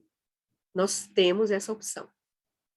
Se a gente nos motivarmos, entendermos a preciosidade desse processo, porque, na verdade, isso é entender a terceira nobre verdade, a possibilidade de a gente se liberar das aflições mentais. Porque se a gente não coloca isso como possibilidade, não tem para que está treinando a nossa mente. Se não tem possibilidade, para que vai treinar a nossa mente? Então, entender as quatro nobres verdades é entender exatamente isso, que nós temos essa liberdade. Que as aflições são adventícias. São uma construção que se instala na nossa mente. Não é a nossa natureza básica. Então, a gente tem essa possibilidade. Claro que não é fácil, porque nós estamos sob o domínio disso há muito tempo, e densamente, e reforçando isso individualmente, coletivamente, o tempo todo. Então, é como que nadar contra a corrente. Uma corrente muito forte. Mas é porque a corrente é forte, não quer dizer que a gente não pode ultrapassá-la. Mas se a gente tiver, nós estamos tendo a perspectiva correta da prática, temos a possibilidade de praticar, e se a gente praticar, aí a gente vai colher o resultado. Então, a alternativa budista é a atenção plena. Desculpa. Nós temos essa opção. Lembre-se da sugestão de Shantideva, de que, quando nossas mentes estiverem dominadas por distorções mentais, como ciúme, desprezo, ressentimento, sarcasmo, devemos permanecer como um bloco de madeira. Isso não significa que devemos suprimir ou reprimir esses sentimentos negativos, sem usar de inteligência. Isso só nos fará adoecer. É ruim para o coração, para a digestão, para a pressão arterial. Então, a alternativa budista não é a repressão, é a atenção plena. Você para não se deixar dominar pela raiva, pelo evento, mas você olha para o evento. Não vai suprimir, não, você olha. Isso é corajoso de nossa parte, porque a gente quer se livrar, principalmente quando é a raiva, a gente quer se livrar, porque a raiva é uma coisa que nos incomoda, e não é um sentimento que a gente gosta. Por isso que a gente imediatamente olha para fora assim. A gente quer encontrar a justificativa para ela, se livrar dela assim. Mas não é assim que a gente vai se livrar da nossa raiva, a gente só vai reforçar a nossa raiva. Então, a gente encontrar outras condições, ela vai aparecer do mesmo jeito. Então, a gente só vai transformar a raiva se a gente olhar para ela como ela é. Aí ela vai ser transformada em sabedoria, na verdade. Profunda, porque a raiva é uma sabedoria.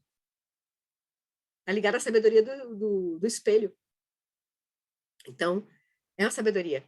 Só que ela está distorcida pelo senso de eu que foi travado ali naquele processo. Mas é uma energia clara que surge assim, a raiva. Mas esse é um processo, né, que aí é de transformação mesmo, que a gente vai, se a nossa prática se aprofundar, é o que a gente vai colher. Uma alternativa budista é a atenção plena.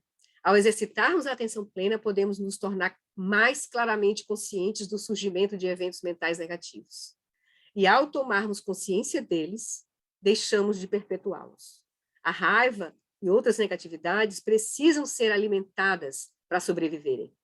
Digamos que eu esteja com raiva do Harry, a pessoa que ele escolheu, e queira alimentar essa raiva. Então, eu penso em todas as coisas desagradáveis que ele fez. E se isso não for suficiente para eu manter a raiva dele, posso pensar em todas as coisas desagradáveis que ele faria se tivesse chance.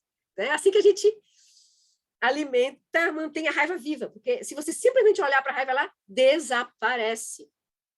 Simplesmente desaparece. Então, e se isso não for suficiente, então a gente vai pensar isso. Então, isso mantém a raiva viva. E ela pode ser alimentada por décadas. Décadas. Quanta coisa a gente pode soltar? Quanta coisa a gente pode curar simplesmente olhando para as nossas emoções?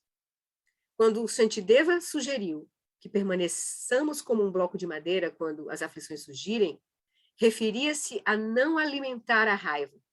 Em vez de alimentá-la, podemos dirigir a atenção para a própria raiva, permanecer atentos a ela, e assim não permitimos que ela domine a nossa fala ou o nosso comportamento físico. Isso é uma atitude muito corajosa, nossa, muito já madura da nossa prática. Mas a gente tem essa possibilidade. E quando a gente começa a experimentar isso num evento, numa coisa, nossa, isso é poderoso. Que a gente vê, eu acho que a Ana citou, né, que estava participando de uma reunião com alguém e tal, e ela se acalmou e tal, e foi totalmente diferente a atitude dela perante a situação. Então, é maravilhoso quando a gente tem essas experiências, porque elas são o alimento para a nossa prática. Ô, Ana, é verdade. Não é? É verdade. Eu me lembrei exatamente disso, porque décadas eu sempre alimentava esse meu colega como, e não sei se ele é ou era, mas assim, espaçoso, gosta. E aí eu tinha uma reunião, eu sempre evito, mas eu tinha que falar com ele. Nossa, eu disse assim, não congela não congela. Escolha os pensamentos. Tem até uma música, escolhendo meus pensamentos. Não. E foi lá de uma maneira totalmente diferente. Era sobre isso que eu estava pensando. Você protegeu a sua mente, você fez um mantra. Protegeu a sua mente. Né? Da própria emoção, né? Do preconceito, né? Que já tinha em relação a ele. Deixa eu só terminar aqui para a gente concluir aqui, falta um parágrafo. Então, ele vai dizer, quando a mente está sob a influência de uma distorção mental, ela se torna disfuncional, como um pulso torcido. Quando a mente está disfuncional, podemos aguardar uns instantes para que ela se cure um pouco, e só depois agir. Foi o que fez, Ana, né? Se curou um pouquinho, pode não ter liberado tudo, né? Mas já melhorou bastante, foi o suficiente para não gerar, né, uma confusão ali no encontro. Então, isso pode evitar uma série de problemas e resolver outros que nem mesmo precisariam ter surgido.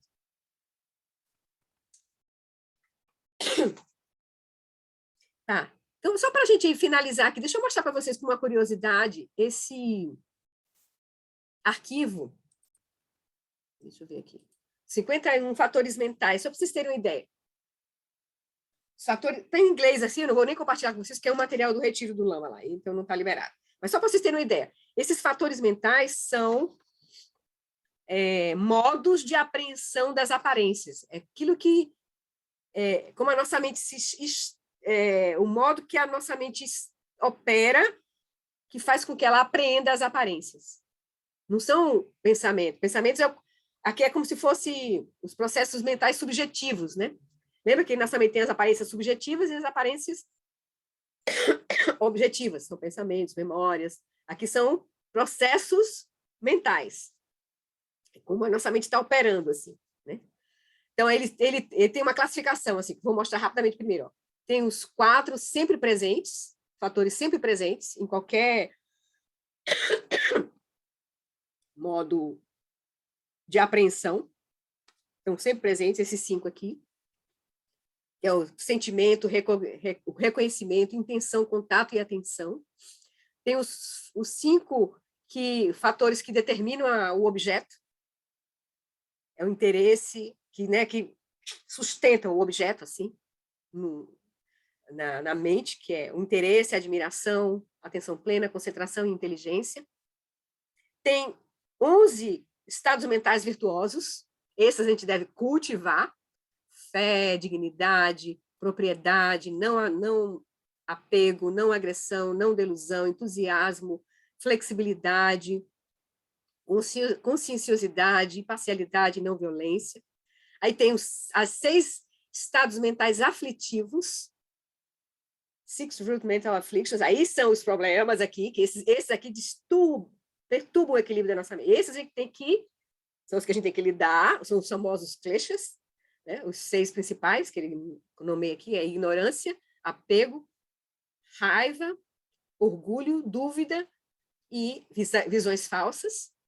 E dessas 6 aflições mentais raiz, tem 20 aflições mentais subsidiárias, que foram classificadas assim, né, pelos contemplativos, aí, os doutos contemplativos que observaram e aí organizaram a psicologia interna da mente, assim, né, o Abdar. Aí é raiva, fúria, ressentimento, crueldade, inveja, decepção, pretensão, falta de dignidade, desrespeito, desprezo, né? Ocultação, miséria, né? Avareza, pomposidade, afetação, ausência de fé, preguiça, descuido, esquecimento, letargia, falta de introspecção, excitação e distração. Esses últimos aqui, do 16 para cá, são ocorrências que acontecem nas práticas de shamatha. Desequilíbrios que acontecem também na prática de shamatha aqui, né? Cultivo da atenção. Então, só para vocês terem uma ideia, assim, isso aqui são estados mentais que alguns são positivos, alguns são neutros, nem positivos nem negativos, dependendo da motivação envolvida, eles vão se transformar em, né, vão desequilibrar a mente ou não, mas, e tem, assim, ainda tem mais aí, depois dos 20 subsidiários, kleshas subsidiários, né, então 26 são problemáticos aqui, esses 4 também são variáveis, podem ser positivos ou negativos, que é o sono, o remorso, a investigação grosseira e a análise sutil. Interessante, assim, essa psicologia budista, assim, estudar um pouco a psicologia budista, assim, porque tem muita coisa profunda, assim, para olhar, assim, né? Pois bem, queridos, hoje foi um desafio. Ufa! Ufa! Então, no próximo encontro, a gente vai concluir esse capítulo 11. A gente vai olhar... Eu vou trazer uma prática mais leve, assim, conduzida pelo Lama, de investigação dos fenômenos, porque vai ser atenção pelos fenômenos. Aí a gente lê a partezinha do texto, e eu vou trazer uma prática que é muito legal, do Jack Kornfield, no livro dele, Psicologia do Amor, que é uma prática uma prática, bem prática mesmo, assim, uma abordagem bem prática para a gente utilizar as 4 aplicações da atenção plena no nosso dia a dia. É uma técnica que ele chama RAIN, R-A-I-N, RAIN. É um acrônimo de reconhecer, aceitar, investigar e não se identificar. Então, é bem interessante, assim, bem didática, assim, para a gente usar como uma ocorrência. O que a gente faz, assim, né? Pode usar essa técnica do Jack Kornfield, que é bem legal, assim. Aí a gente dá uma olhadinha e eu compartilho o texto com vocês depois, para vocês aí lerem com calma, tá? Eu transcrevi já um tempo atrás no livro que eu precisei para compartilhar com o grupo, e aí depois eu compartilho esse texto com vocês, tá bom? Então tá, vamos fazer a prece de dedicação, que a gente possa aproveitar e assim, se convencendo do que está no nosso poder, do que a gente pode transformar, da possibilidade realmente de transformação da nossa mente, que a gente se abra para as experiências, que a gente acolha a nossa experiência, nossa mente, do jeito que ela está. Primeiro, ter essa atitude de acolhimento mesmo, assim. Porque sem isso a gente não consegue transformar, se a gente não olha, e a gente tem muita coisa que a gente não olha, a gente não vê em nós mesmos. Porque tem coisas que mexem conosco.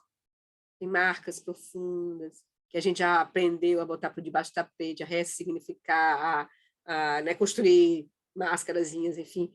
Então, tem muita coisa que a gente pode transformar na nossa vida, se a gente olhar com compaixão, alegria, equanimidade, né, com muita sabedoria, assim, né?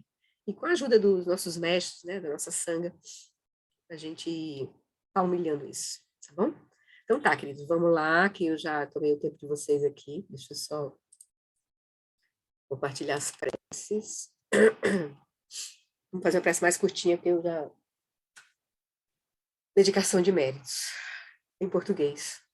Por esta acumulação de méritos, possa eu obter a onisciência que tudo vê, e possam todas as falhas ser superadas. Que do turbilhão de ondas revoltas, do nascimento, velhice, doença e morte deste oceano de Sansara, possa eu liberar os seres. Preste longa vida à sua santidade Dalai Lama. No reino cercado por anéis de montanhas nevadas, você é, sem exceção, a fonte de todo benefício e felicidade. Poderoso Avalokitesvara, Senhor da compaixão, tens Gyatso, que seus pés de lótus permaneçam firmes por centenas de anos. Preste longa vida ao Lama Long Wallace, que o professor Sakyamuni, o grande Vajradhara e aquele que sustenta os mistérios de todos os Jinas, Padmasambhava, possam firmar os pés de lótus daqueles que sustentam os ensinamentos e fazem com que os feitos do Buda brilhem como o sol e a lua. Aquele que derrama uma grande chuva de amor sobre seres em terras distantes e sustenta-os com néctar dos ensinamentos do Buda, aquele ilimitadamente afortunado, grande ser conhecido como Alan Wallace, possa sua vida ser longa. Em Jambudvipa em geral e especialmente no Ocidente, você ilumina os ensinamentos dos Jinas como a luz do sol. Ó Mestre, possam sua longevidade e seus feitos ser muito extensos, e possa você guiar todos os seres no caminho da liberação. Aí vamos direto aqui para... Por essa virtude, possa eu rapidamente realizar o Lama de Odiana, e possa eu conduzir todos os seres, sem exceção, a esse estado de realização. Gyuadi, Nyududao, Lama Drubime, Droati, Amalupada e Sala do Baixo.